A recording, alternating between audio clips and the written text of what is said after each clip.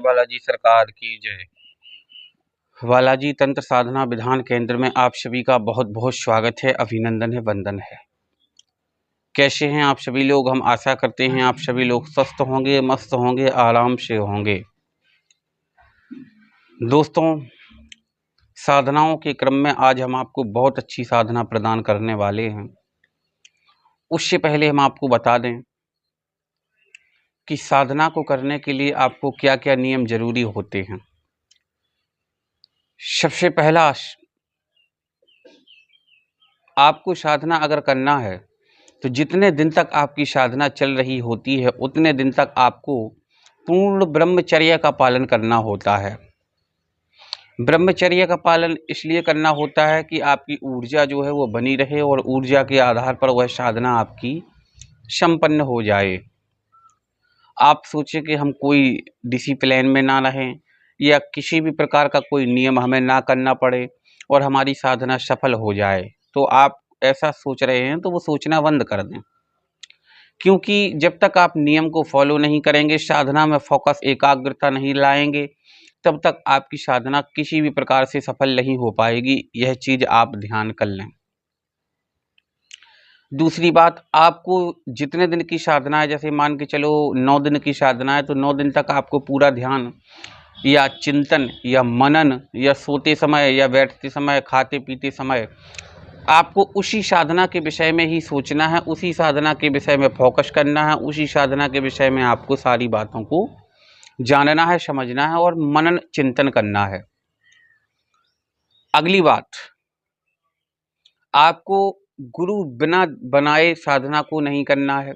अगर उग्र साधना कर रहे हैं आप, तो आपको बिना कवच के उस साधना को संपन्न नहीं करना है।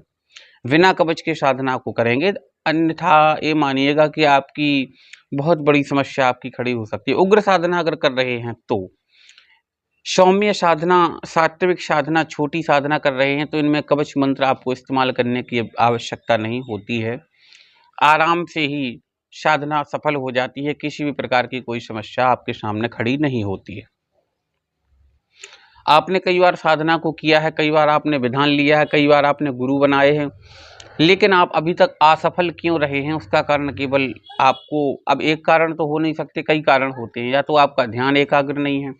अगर आपका ध्यान एकाग्र है, आपकी पूरी क्रिया सही है, तो गुरु ने जो आपको मंत्र प्रदान किया है उस मंत्र में कहीं ना कहीं त्रुटि है, या मंत्र में त्रुटि नहीं है तो आप कहीं ना कहीं से उस पॉइंट को पकड़ नहीं पा रहे हैं, या साधना में ध्यान आपका भटक रहा है।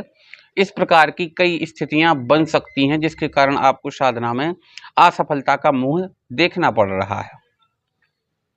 आज की जो हम साधना लेकर के आए हैं, बहुत अच्छी साधना है, माता बगलामुखी की साधना है और यह साधना बहुत आराम से संपन्न हो जाती है। इसकी साधना 11 दिन की साधना होती है। प्रत्यक्षीकरण अगर आप करना चाहते हो तो इसमें आपको साधना से पहले क्रिया करनी होती है। वह क्रिया हम आपको साधना विधान देते समय बताते हैं, तो इनका 11 दिन में ही प्रत्यक्षीकरण हो जाता है। कवच मंत्र लगा करके इसकी साधना को संपन्न किया जाता है। यह वशीकरण बहुत अच्छा कर देती हैं, मारण क्रिया भी कर देती हैं, सम्मोहन क्रिया भी कर देती हैं, इलाज भी कर देती हैं। पीले कलर की वस्तुओं का प्रयोग बहुत ज़्यादा होता है इनकी साधना में, और ज़्यादा सामग्री इसमें नहीं लगाई जाती है। आराम से आप घर में ही एकांत बंद कमरे में साधना को संपन्न कर सकते हैं, किसी भी प्रकार की कोई समस्या नहीं होती है। चैनल पर आप अगर पहली बार हैं तो चैनल को सब्सक्राइब अवश्य करें, ताकि आपको साधना का विधान और वीडियो मिलती रहे और आप साधना समझते रहें। जय बालाजी सर।